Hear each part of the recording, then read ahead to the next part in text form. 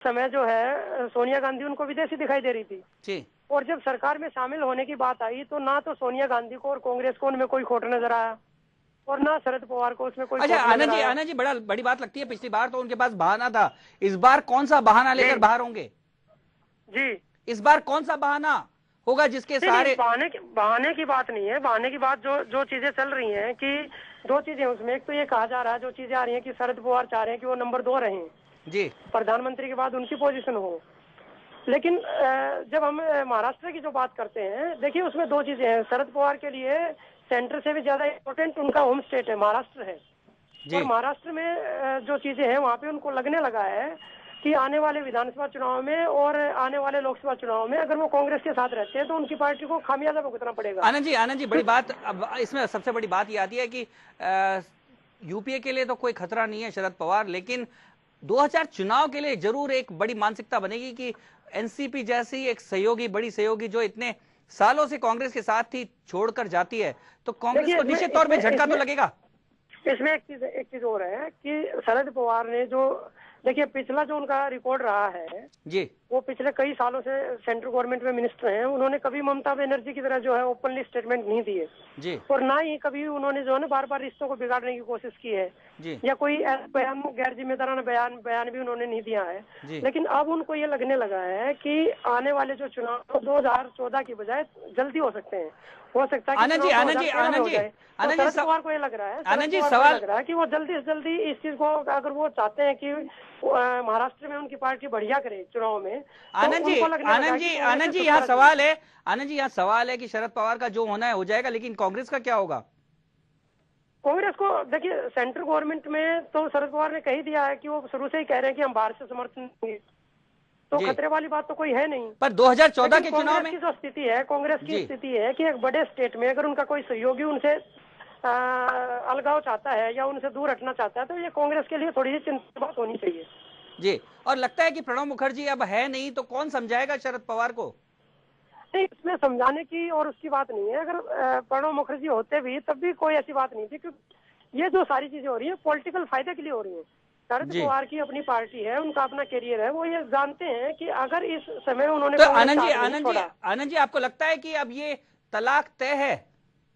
नहीं, मेरे उसमें तो मुझे ये लगता है कि आज नहीं तो कल ये चीज होनी है और ये चीज जब तक नहीं होगी, देखिए एक चीज है इसमें, शरद पवार को ये लग रहा है कि चुनाव 2013 में हो सकता है जी, सरकार गिर सकती है।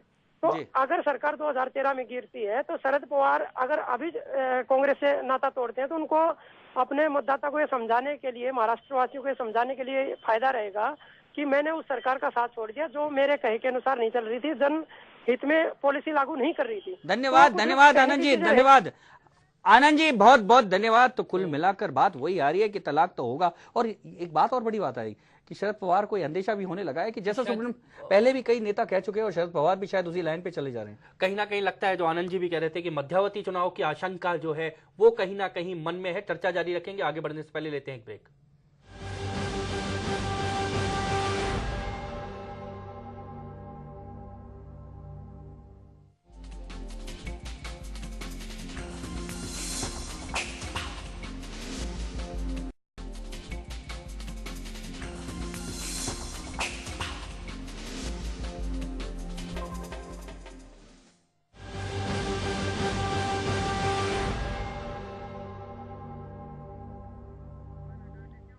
ब्रेक के बाद एक बार फिर से आपका स्वागत है। ब्रेक से पहले हम चर्चा कर रहे थे प्रताप जी के साथ, और वो जो चर्चा थी कहीं ना कहीं शरद पवार जो है उनके मन में एक बात है प्रताप जी कि अगर मध्यावधि चुनाव होते हैं तो यूपीए 2 की अभी जो स्थिति है उस स्थिति में वो अपने वोटर को, अपने महाराष्ट्र के जो वोटर है उसको कन्विंस नहीं कर पाएंगे, इसलिए शायद ये एक दबाव भी बनाया जा रहा है।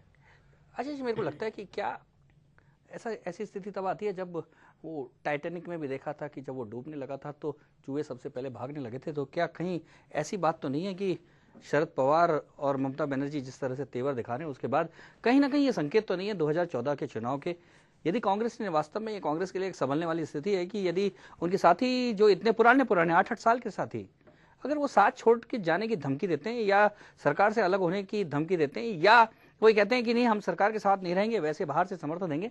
तो सबसे बड़ी बात यह है कि आखिर में ऐसा हो क्यों रहा है, सरकार की में भागीदारी क्यों नहीं बनना चाहते, सरकार में ऐसी बुरी बात क्या हो गई, सरकार ने ऐसा पाप क्या कर दिया जिस पाप करके वो भागी नहीं बनना चाहते।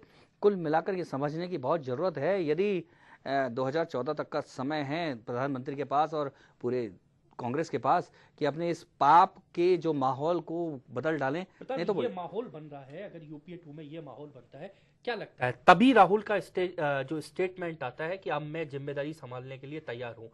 बहुत सारी ऐसी चीजों को क्या ये शब्द राहुल का जो है ये रोक पाएगा? देखो कहीं ऐसा तो नहीं कि आशीष कि उनके स्टेटमेंट के बाद ही लोग उछलने शुरू हो गए कि अब राहुल आ जाएंगे तो हमारे नेतृत्व का क्या होगा, तो अभी से ही हम सौदेबाजी शुरू कर दें, अभी से हम दबाव बनाना शुरू कर दें। और कुल मिलाकर देखिए सबसे बड़ी बात यह है कि अभी कांग्रेस के लिए बहुत ही ऐसी मुश्किल भरी राहें हैं, संकट मोचक है नहीं, कोई समझने वाला है नहीं, राजनीति को तोलने वाला है नहीं उनके पास। कुल मिलाकर बड़े अर्थशास्त्री मनमोहन सिंह है, लेकिन वो राजनीति शास्त्र को नहीं जानते। सोनिया गांधी हैं जरूर, लेकिन पार्टी के बाहर उनको कोई इतना नहीं मानता।